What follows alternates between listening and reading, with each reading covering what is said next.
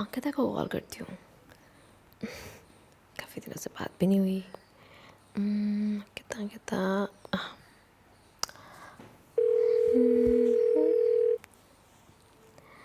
हे हाय अंकिता, कैसी है? मैं ठीक हूँ। दोनों बच्चे बिल्कुल ठीक हैं। व्हाट्सएप न्यू बेबी कब आने वाला है? एक्चुअली उसी के बारे में बात करने के लिए कॉल किया था। You know, girls talk. अच्छा, बोलो। अच्छा सुन, तेरे दोनों बेबी सिजेरियन थे ना? Were you happy with the procedure? बच्चे ठीक हैं, मैं ठीक हूँ। और क्या हैप्पी होंगी मैं? आई मीन बोलना, क्या शर्माना। यार, वो जो स्टिचेस के मार्क्स होते हैं वो कब तक जाते हैं और ज़्यादा दिखते हैं क्या? देख, ऑनेस्टली बोलूँ तो इट्स नॉट ओके, बट ठीक है। और मेरे तो इसलिए दोनों सिजेरियन थे ना क्योंकि कुछ कॉम्प्लिकेशंस थी। ओह हाँ यार, ये भी तो है। चल ठीक है, मैं देखती हूँ। Okay bye. ओके, जरूरत पड़े तो कॉल मी एनी टाइम। हम आपकी सेवा के लिए हमेशा हाजिर हैं। Okay madam. थैंक्स यार, bye. Bye Babli.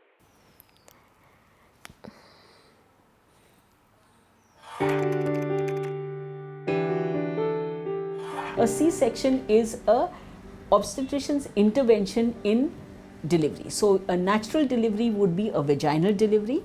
Vaginal deliveries could be even aided by a forceps or vacuum.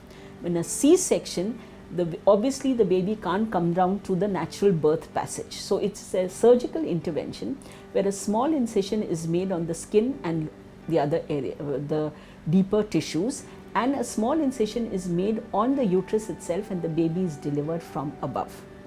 Now, cesarean sections could be planned cesarean sections, they could be emergency cesarean section. A planned cesarean section is when we know that this baby is not going to come to the birth canal, and so we plan the cesarean section. This is the one time that the woman gets a chance to choose, and invariably they ask the Panditji and ask for a date and time, etc. Now, planned cesarean sections are very few. What are the indications? Are usually two previous cesarean sections, then obviously the uterus would rupture, so it had to be a planned cesarean section. A placenta previa, when the placenta is below and the baby is above, so obviously there's no chance for a normal delivery. Cephalopelvic disproportion, when the baby is very large and the pelvis is very small. Then if the baby is in an abnormal position, like if the baby is lying transverse inside the uterus, or if it's a breech presentation where the legs bottom is below and the head is above, or if it's a multiple gestation like twin pregnancy, then in that case it would be a planned cesarean section. Also, if there is a pregnancy complicated by high blood pressure, diabetes, poor growth of the baby, intrauterine growth retardation, then there would be planned cesarean section. Let me come to the emergency cesarean section. So in emergency cesarean section, we plan that everything should go normally. So the patient goes into labor, or if she's gone beyond dates, then she's induced. And at every step of the of labor, the first stage of labor and the second stage of, we carefully monitor both the mother and the fetus. So if there's prolonged labor, if there's maternal distress, if there's fetal distress as evidenced by baby passing motion inside the uterus, or the heartbeat being irregular, or if the head is not progressing down into the birth canal, then one would have to do an emergency cesarean section. Yeah. I think cesarean section is highly safe nowadays. It saves the baby, it saves the mother, and the anesthesia is so much developed. We are experts on anesthesia. We also have spinal anesthesia. We have epidural anesthesia. Where spinal and epidural, the patient is conscious.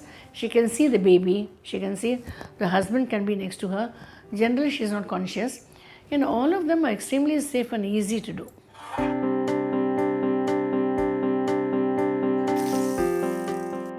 मेरी 2 deliveries हुई हैं। पहली वाली was normal और the second one was C सेक।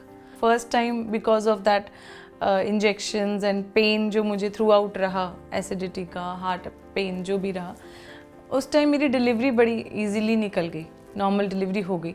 और second के time पे मेरी पूरी प्रेगनेंसी टिल 7.5 मंथ बहुत अच्छे से निकल गई, मुझे उतनी प्रॉब्लम नहीं रही। तो उसके दौरान डॉक्टर ने जब डायग्नोस किया तो थोड़ा प्लेसेंटा मेरा नीचे की तरफ आ गया था, जो ये normal problem I think ladies में हो जाती है प्रेगनेंसी टाइम पे बिकॉज ऑफ एक्सर्शन, जो इनको नहीं पता चल पाता. But then it was all fine, सारा ठीक से निकल गया प्रेगनेंसी टाइम. बट लास्ट में आके जो ट्यूमर का प्रॉब्लम रहा, ट्यूमर भी ऐसे हुआ कि ट्यूमर पहले से था जो मेरी प्रेगनेंसी के दौरान हार्मोनल चेंजेस की वजह से इरप्ट हो गया. तो अगर प्रेगनेंसी नहीं होती उस टाइम पे तो शायद पता भी नहीं चलता कि ट्यूमर है. उस दौरान मेरा 1 महीना काफ़ी प्रॉब्लम में निकला. 2 डॉक्टर ने कहा था पहले कि हम नॉर्मल डिलीवरी कर सकते हैं, बट जिस तरह से ट्यूमर बढ़ रहा था हार्मोनल चेंजेस की वजह से 9th मंथ के स्टार्टिंग, बिकॉज ये मेरा जो C-सेक मैंने लिया वो 8th ख़त्म होते ही 9th स्टार्ट होती, जैसे 2-3 डेज़ में ही मेरी सेकेंड डिलीवरी हो गई थी जो हमने प्लान करी थी. In both the pregnancy the experience was good, everything was good, but हाँ ये कुछ इस तरह का टाइम मेरे साथ टफ निकला. आयुर्वेदा की डिलीवरी मेथड्स हम लोग ने थोड़े देखे हैं जो हम लोग यूज़ करते हैं. वो मतलब पेशेंट अगर हमारे पास आई तो उसे हम पहले तो देखते हैं, पीवी करते हैं. पीवी मतलब पर वजन एग्जामिनेशन करते हैं. अगर वो 1 फिंगर या 2 फिंगर रहेगी तो उसे हम स्नान करने को भेज देते हैं. 2 अटेंडेंट्स जाएंगे उनके साथ और 5 मिनट में स्नान हो जाएगी. फास्ट गर्म पानी से स्नान करना, इसे उष्णोदक स्नान बोलते हैं. इससे क्या होता है, वो जो पेशेंट है वो जो थक जाती है लेबर में तो वो थकती नहीं है और वात का शमन होता है. फिर उसे हम बेड पे लिटाएंगे और फिर अभ्यंग करेंगे. अभ्यंग मतलब अम्बेलिस्कस के नीचे पूरा मालिश करेंगे. ये मालिश भी क्विक 2-3 मिनट में हो जाता है. 2 अटेंडेंट्स 2 साइड से रहते हैं, ये करेंगे. फिर हम बस्ती देते हैं, मतलब एनेमा देते हैं. त्रिफला काढ़ा और तिल का एनेमा देते हैं. जो अपान वायु है, जो डिलीवरी का मेन वायु बताया है, उसे शांत करने के लिए ये सब करते हैं. इनकेस वो प्रॉपर नहीं रहेगा तो ऑब्स्ट्रक्टेड लेबर या प्रोलॉन्ग लेबर हो सकता है. तो इससे और एक फ़ायदा होता है कि जो स्टूल रहेंगे रेक्टम में वो भी निकल जाते हैं, ताकि डिलीवरी के टाइम पे लेबर टेबल ख़राब ना हो, बेबी को इन्फेक्शन ना हो, मदर को इन्फेक्शन ना हो. ये हम लोग करते हैं. और जब बेबी आता है, मतलब जब भी क्राउनिंग होता है, मतलब फॉर एग्जांपल बेबी का हेड हमें दिख रहा है पेरिनियम पे और फिर भी वो बाहर नहीं आ रहा है, मदर बहुत बेयर डाउन कर रही है, फिर भी नहीं होता, तो हमारे आयुर्वेद में एक वजाइनल ऑयलिंग बताया है. ऑयल एप्लीकेशन करते हैं. ऑयल को हम लोग ऑटोक्लेव करते हैं, प्रॉपर डिसइंफेक्ट करते हैं और फिर वो हम लोग ऐसे थोड़ा अप्लाई करते हैं. थोड़ा लुब्रिकेशन इससे हो जाता है और प्रॉपरली फिर 2-3 कॉन्ट्रैक्शन में बेबी बाहर आ जाता है.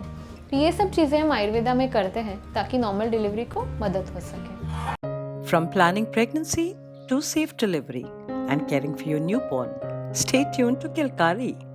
To read all about pregnancy and what to expect over 9 months, please visit the pregnancy section on this website.